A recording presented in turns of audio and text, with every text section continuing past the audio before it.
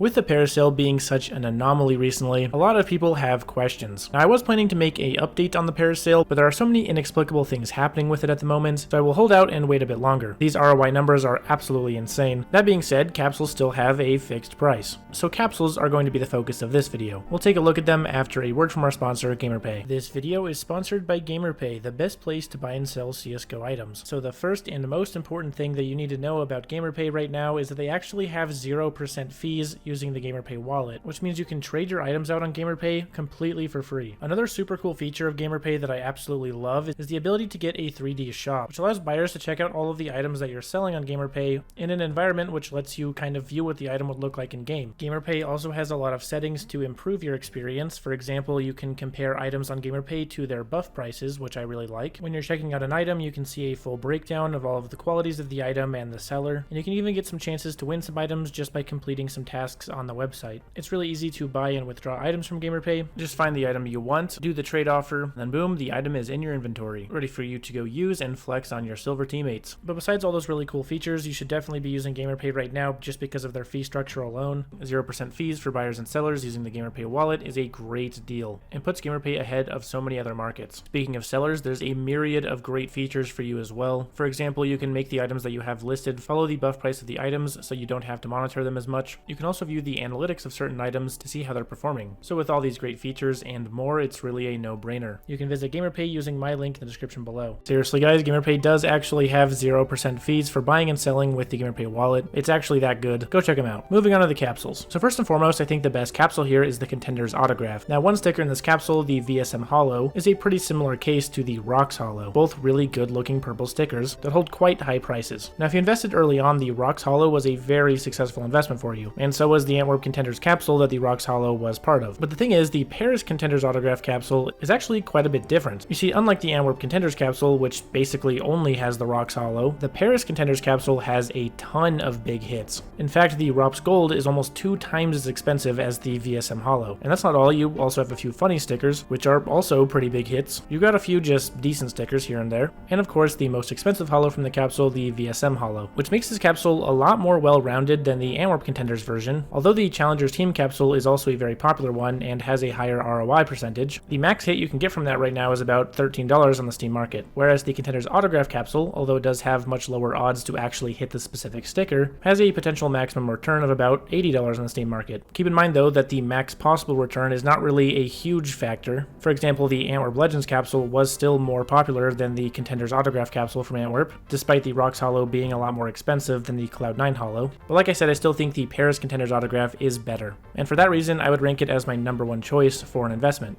Now following very closely behind in second place is going to be the Challenger's Team capsule. This is the one with the Apex Holo in it. Now this capsule is basically just going to be your solid, well-rounded option. A similar idea would be like the Stockholm Contenders capsule, which also just has a fair amount of decent holo hits. The Paris Challengers capsule is very reminiscent of this, with G2, Gamer Legion, Apex, and Pain all being very solid hits. Furthermore, you have a lot higher chance to get one of these than you do one of the nice holos in the Contender's Autograph capsule, because there are less stickers to pick from overall. So this one's not really all that complicated. It's basically just your solid, well-rounded option. A bit lower risk if you want to look at it that way, so if you're looking for a solid Paris capsule investment that isn't so high-rolly, this could be a good option. Next in line, in third place, is going to be the Contender's Team capsule. This one possesses both the Mouse Holo and the Fluxo Holo, but beyond that, unfortunately, many of the stickers are not that great. Looking back to Stockholm, this one is very reminiscent of the Challenger's Team stickers, where the capsule has a lot of just mid stickers, but then also has the Mouse Holo and the Movie Star Holo. And we can already see with the Mouse Paris Holo being the most expensive team holo from Paris, that this is very reminiscent of that Stockholm Challengers capsule. So for that reason, I'd put it in third place. In fourth place, although it's very close, I have the Challenger's Autograph capsule. Not a very well-rounded capsule, but it does have the Monacy sticker in it, which is going to be a huge chase sticker, and it's got a few other decent stickers in it like the Boros Holo in gold and the I Am Holo in gold, who should be a pretty popular player going into CS2. Like I said though, not a very well-rounded sticker capsule. Next up, the Legends Team stickers. This one is essentially just a worse version of the Contenders Team stickers because it does have a pretty big hit in Furia and a decent hit in Navi, but beyond that, not a lot of great hits. So again, again, I would divert your attention away from this one and instead towards maybe the Contenders Team sticker capsule, which is very similar but just better. And finally, we have the Legends autograph capsule. While this does have the simple sticker and a few other okay players in it, it's sort of just the ugly duckling of the pack, and from a logical standpoint, the other capsules are generally just better for a person to open. This should also lead to higher value for these capsules to the average casual buyer and for investors. So that's my ranking, and I also wanted to go ahead and give you a breakdown of what I think a solid portfolio would look like using these capsules. So pretending that you're just going all in on capsules, the capsules that I would split that between are going to be the Contenders autograph capsules, the Challengers Team capsules, and the Contenders Team capsules. Rough breakdown, I'd put between 40 and 50% into Contenders autograph capsules, 30 to 40% into Challengers Team capsules, and then the remaining amount into Contenders Team capsules.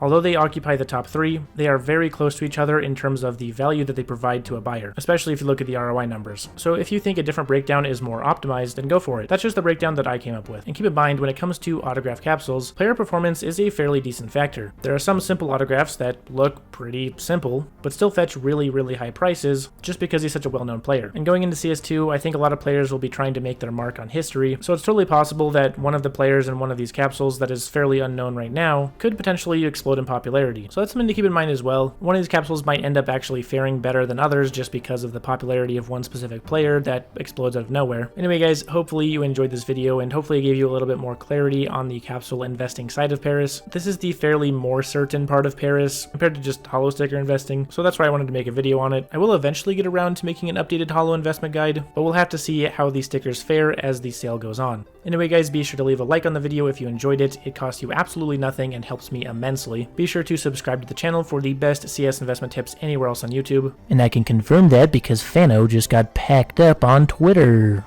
Check out my Discord server or my Twitter for all of my who tap, and check out GamerPay. They are a fantastic website and definitely deserve your service. Anyway guys, see you next time. Peace.